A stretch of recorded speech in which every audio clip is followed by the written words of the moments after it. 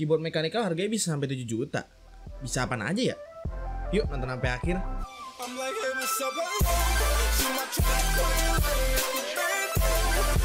Halo semuanya, selamat datang di channel Tommy Pratama, di mana di sini gue sendiri Tommy akan menjadi host kalian sehari-hari. Dan kali ini gue lagi megang mechanical keyboard yang harganya sampai 7 juta rupiah. Kenapa sih dia bisa sampai 7 juta rupiah? Jadi keyboard yang gue pegang ini adalah KBD 67 Mark II buatan KBD Fans, dan currently sekarang ini adalah keyboard mechanical termahal yang pernah gue pegang sampai saat ini. Kira-kira apa aja sih yang bikin dia bisa sampai semahal ini?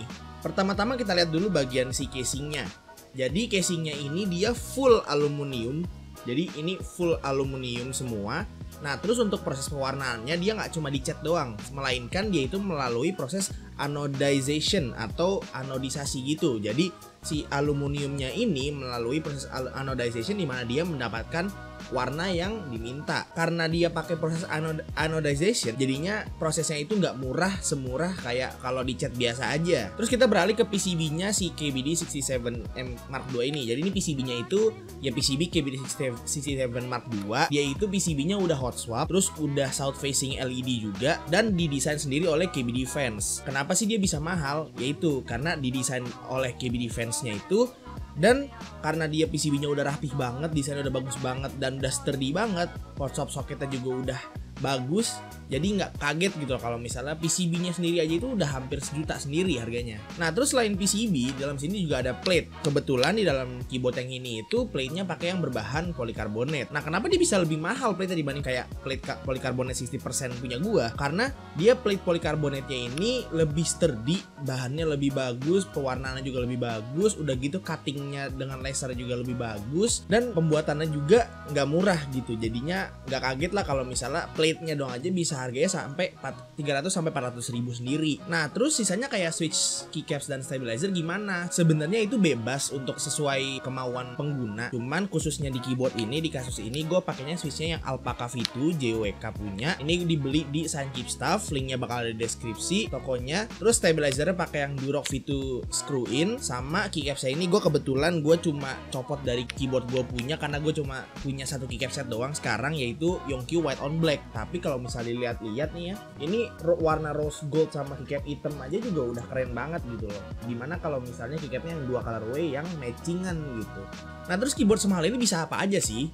Ya well, pertama-tama bodinya ini karena udah full aluminium dan di belakangnya ini ada breastplate atau kayak plate kuningan gitu. Nah dia itu jadinya case-nya itu nggak hollow, dan dia bakalan lebih sturdy lagi dibanding case plastik bawaan kayak keyboard pada umumnya. Terus karena dia mounting stylenya itu top mount, bukan tray mount atau mounting style lain, jadinya feeling ngetik dari kiri ke kanan, atas ke bawah itu rata semua. Beda sama keyboard pada umumnya yang pakai mounting stylenya tray mount, dimana feeling ngetiknya itu nggak rata sesuai dengan posisi skrup-skrupnya tuh. Kalau ini kan skrupnya di atas sama di bawah, jadinya rata gitu feeling ngetiknya itu dari kanan ke kiri itu rata semua. Enak banget kalau top mount itu sebenarnya kalau buat feeling ngetik. Terus karena dia pakai switch Alpaca, di sini gue pakainya, dia tuh jadi ngetiknya itu feelingnya smooth banget. Pokoknya enak banget lah buat kalian pecinta switch linear, dan dia itu nggak berat-berat banget. Springnya bottom outnya cuma 62 gram. Jadi kalau misalnya mau dipakai buat main game FPS, mau main game rhythm, mau main game MOBA, itu sebenarnya nggak masalah untuk spring yang bottom outnya di 62 gram kayak Alpaca ini. Jadinya cocok banget dah.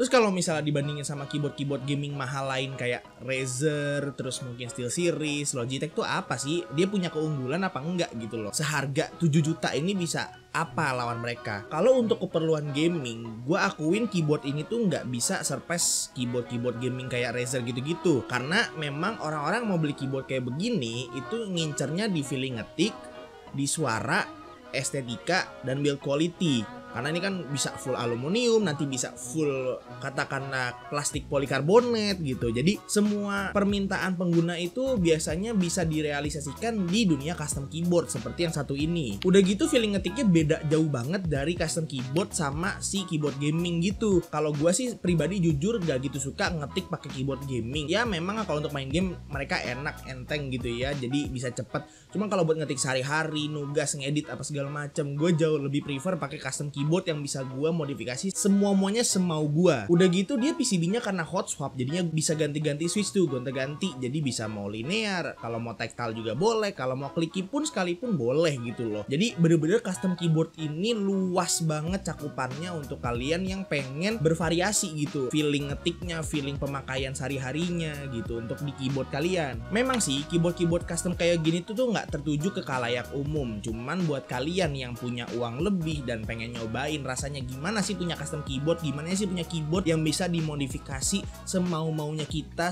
dirakit semau-maunya kita, ya kenapa tidak gitu loh.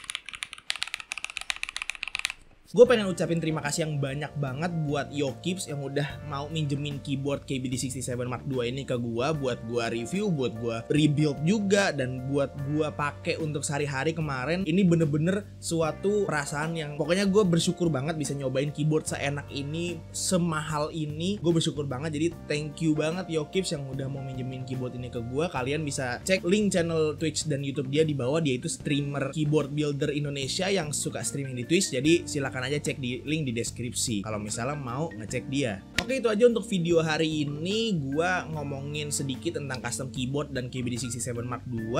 Nanti bakal ada video tentang custom keyboard lagi ke depannya, jadi tungguin aja. Mudah-mudahan dengan gue bikin video ini bisa ngasih kalian insight kepada dunia custom keyboard sedikit aja lah, seenggaknya sedikit aja ke dalam dunia custom keyboard, dan mungkin menginspirasi kalian untuk ngerakit custom keyboard kalian sendiri. Udah itu aja sih untuk video hari ini. Kalau misalnya kalian suka video ini silahkan like, kalau misalnya nggak suka silahkan dislike, dan jangan lupa juga kasih kritik atau saran di comment section di bawah. Jangan lupa juga subscribe dan follow sosial media gue, Instagram gue di bawah di deskripsi bakal ada linknya, dan Discord gue juga, gue bakal aktif banget di Discord gue, jadi silahkan aja join Discord gue yang ada di link di deskripsi. Udah itu aja untuk video hari ini. It's been your boy Tommy and peace out.